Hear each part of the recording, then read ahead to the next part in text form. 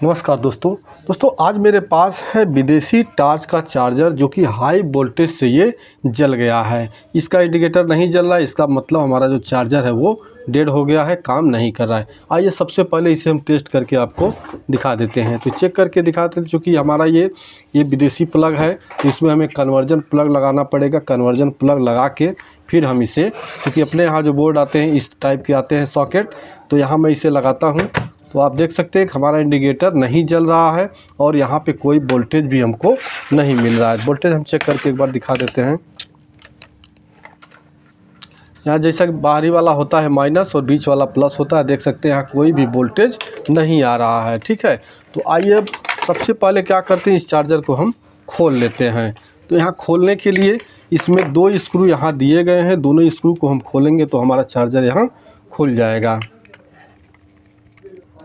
यहाँ इस तरह खोल लेने के बाद अब हम इसके पीसीबी को बाहर निकाल सकते हैं। पीसीबी को यहाँ हम बाहर निकाल लेते हैं। खोल देने के बाद आप देख सकते हैं पीसीबी हमारा कुछ इस तरह, कुछ कंपोनेंट इस साइड में लगे हैं और कुछ कंपोनेंट यहाँ इस साइड में लगे, यानी इधर जो कंपोनेंट लगे हुए असेंबली कंपोनेंट होते हैं और इस साइड में हमारा ये नॉर्मल कंपोनेंट जो अदर हम देखने को मिलता है हमको। ठीक है, तो अब हम यहाँ देखें ये हाई वोल्टेज से ही जला है। आप देख सकते हैं जैसे कि यहाँ पे एक काला भी हो चुका है। ठीक है, यहाँ देखिए काला हो चुका है। और यहाँ जब काला हाई वोल्टेज से जलता है तो हमारा फ्यूज़ तो पहले जल जाता है। इसके बाद यहाँ एक बार आप पूरे सर्किट को देख लेंगे तो यहाँ देखेंगे आप कैपेसिटर हमारा ये फूल चुका है। ठीक है, ये कैपेसिटर, तो जो कुछ सामान ऐसे होते हैं जो हमको तुरंत देखने को मिल जाते हैं कि ये पार्ट हमारा ख़राब हो गया है। ठीक है, लेकिन उसके बाद क्या करेंगे, ऐसा नहीं करते हैं कि बस जो पार्ट हमको ख़राब दिखा उसको हम पर से निकाल के और दूसरा लगा देंगे। सबसे पहले हमें इसका शॉर्टिंग वगैरह चेक करना होगा, क्या क्या शॉर्ट है। अगर शॉर्टिंग चेक करके फिर आप दोबारा पार्ट लगाएंगे तो आपका क्लियर काम करेगा। ठीक है, तो यहाँ देखिए अब हमारा यहाँ मेन एसी का वायर जुड़ा हुआ है। ठीक है, यहाँ पे मेन एसी का वायर जुड़ा हुआ है और यहाँ से एक वायर जो हमारा है ये हमारा असेंबली डायोड है। तो असेंबली डायोड पे एक वायर हमारा डायरेक्ट चला आता है। दूसरा वाला जो होता है एक फ्यूज़ के तरह फ्यूज़ लगा के, यानी यहाँ फ्यूजेबल रेजिस्टेंस होता है, फ्यूजेबल रजिस्टर लगा के फिर हमारा असेंबली डायोड के दूसरे पॉइंट पे यहाँ सर्किट है। ठीक है, इसके बाद यहाँ ये डीसी करता है। डीसी की यहाँ हमारा जो ब्रिज रेक्टिफायर होता है ये डीसी एसी को डीसी करने का काम करता है। तो डीसी जब होता है उसको फ़िल्टर करने के लिए यहाँ कैपेसिटर लगा होता है। तो ये कैपेसिटर से फ़िल्टर होने के बाद फिर हमारे इस सर्किट में सप्लाई जाता है।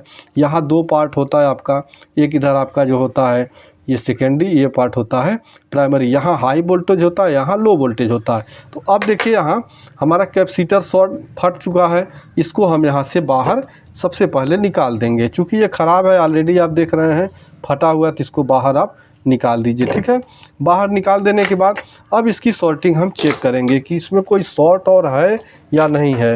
अगर आपका कोई शॉर्ट होगा और पार्ट आप ये ख़राब दिख रहा है उसको लगा देंगे तो आपका फिर से कुछ न कुछ ख़राब हो जाएगा। तो यहाँ देखिए सबसे पहले हमें इस असेंबली डायोड को ही चेक करना होगा। तो इसको चेक करने के लिए मल्टीमीटर को हमें बजर के रेंज में रख लेना होगा। ठीक है, बजर के रेंज में रखने के बाद प्राइमरी के दोनों पॉइंट पे आपको मल्टीमीटर को इस तरह से लगाना है।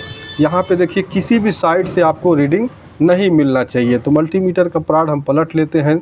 देखिए यहाँ कोई रीडिंग नहीं आना चाहिए। अगर यहाँ कोई रीडिंग आ रहा है या बीप की आवाज़ आ रही है तो इसका मतलब आपका असेंबली डायोड शॉर्ट हो सकता है। ठीक है, इसके बाद आप सेकेंडरी में यहाँ चेक करेंगे। यहाँ एक साइड से आपको रीडिंग मिलना चाहिए और एक साइड से नहीं मिलना चाहिए। तो एक साइड से हमको नहीं मिल रहा है, अब दूसरे साइड से हम यहाँ चेक करेंगे। अब दूसरे साइड से हमको रीडिंग मिल रहा है। ठीक है, दूसरे साइड से रीडिंग मिलने का मतलब है कि ये असेंबली डायोड जो हमारा ब्रिज रेक्टिफायर ये बिल्कुल ओके है।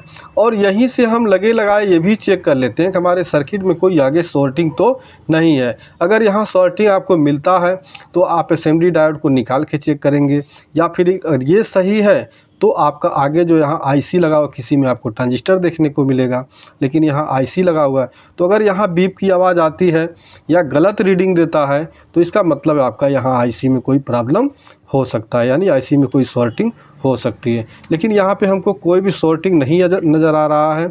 यहाँ कैपेसिटर के ऊपर हमें देखिए यहाँ कोई शॉर्टिंग नहीं नज़र आ रहा है। एक साइड से रीडिंग दे रहा है, दूसरे साइड से रीडिंग नहीं दे रहा है। ठीक है, तो यहाँ ओके है।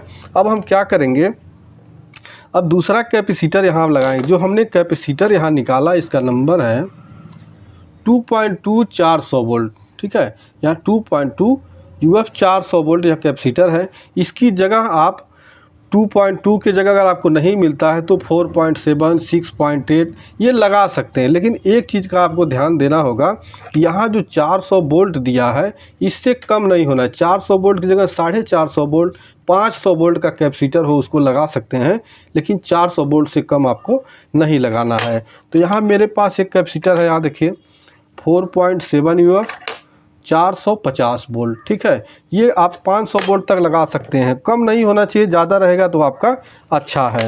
अब यहाँ लगाते समय आपको एक चीज़ ध्यान रखना है, कैपेसिटर उल्टा नहीं लगाना है, क्योंकि यहाँ कैपेसिटर में प्लस माइनस होता है। देखिए जिस साइड में आपका ये माइनस का सिंबल होगा ये आपका माइनस है और इधर वाला प्लस होता है। ठीक इसी तरह से पीसीबी पे जब आप देखेंगे तो यहाँ देखिए जिस साइड में माइनस होगा वहाँ एक देखिए धारी धारी बना हुआ है, लाइन लाइन, ये साइड आपका हो जाता है माइनस और दूसरे साइड वाला प्लस हो जाता है। तो यहाँ आपको प्लस माइनस देख के लगाना है। अगर उल्टा आप लगा देते हैं तो आपका कैपेसिटर तुरंत ही गर्म होके फट जाएगा, ठीक है। जैसे ही सप्लाई देंगे वैसे ही गर्म होके फट जाएगा। तो यहाँ ये लगा लेने के बाद अब हम क्या करेंगे, हमारा जो फ्यूजेबल रेजिस्टेंस था यानी ये फ्यूज का काम करता है। कुछ भी कहीं शॉर्टिंग होता है तो तुरंत फ्यूज हमारा उड़ जाता है और बाकी चीज़ें बच जाती हैं। अगर ये फ्यूज को हटा के हम डायरेक्ट कर देते हैं फिर कहीं शॉर्टिंग होता है तो आपका जहाँ से वायर कमज़ोर पाएगा, चाहे आपके बोर्ड से हो चाहे जहाँ से हो, वहाँ का सर्किट आपका फॉल्ट कर देगा, ठीक है। तो यहाँ देखिए रेजिस्टेंस को मैंने निकाल दिया है। अब इस रेजिस्टेंस की जगह आपको ये हमारा जो रेजिस्टेंस है ये 10 ओम का रेजिस्टेंस है, ठीक है। 10 ओम का रजिस्टर है, इसकी जगह आप 100 ओम तक लगा सकते हैं। आप 2 ओम 1 ओम से लेके 100 ओम तक हाफ वाट का रजिस्टर यहाँ पे लगा सकते हैं। इसमें कोई प्लस माइनस नहीं होता है, आप चाहे जिस साइड से चाहें उस साइड से लगा सकते हैं, कोई भी इसमें उल्टा पुल्टा नहीं होता है। तो यहाँ जो मैं रजिस्टर लिया हूँ ये भी हमारा 10 ओम का ही है, हाफ वाट का, ठीक है। तो यहाँ जब कोई प्लस माइनस का झंझट है नहीं तो हम जैसे चाहें वैसे इसको लगा सकते हैं। यहाँ देखिए मैंने लगा दिया इस तरह से। अब यहाँ पे सोल्ड कर लेने के बाद डायरेक्ट आप इसको फिर एसी मेन सप्लाई पे नहीं लगाएंगे, ठीक है। नहीं तो अगर कहीं और कुछ शॉर्टिंग हल्का फुल्का होगा तो आपका जो है वो फिर से दूसरा कोई पार्ट टूट जाएगा या कुछ और ख़राब हो सकता है। तो यहाँ क्या करना है, अब यहाँ मैं 2 वायर एक जोड़ लेता हूँ छोटा छोटा, जहाँ हमारा मेन एसी का है। 2 वायर जोड़ लेने के बाद अब इसको हम सीरीज लाइन में ही चेक करेंगे।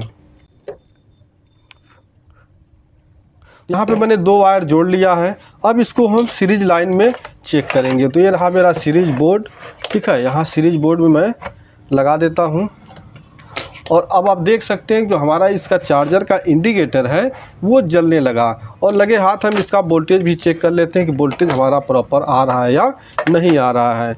तो मल्टीमीटर को हम रख लेंगे DC 20 वोल्ट के रेंज में, ठीक है। 20 वोल्ट के रेंज में रखने के बाद इसका जो बाहरी वाला पॉइंट है ये माइनस होता है, बीच वाला प्लस होता है। तो यहाँ मैं इस तरह लगाता हूँ तो आप देख सकते हैं 4.20 यानी इसमें जो बैटरी लगती है टार्च में 3.7 वोल्ट की बैटरी लगती है। तो यहाँ हमारा चार्जर 4.2 वोल्ट दे रहा है, बिल्कुल प्रॉपर वोल्टेज दे रहा है।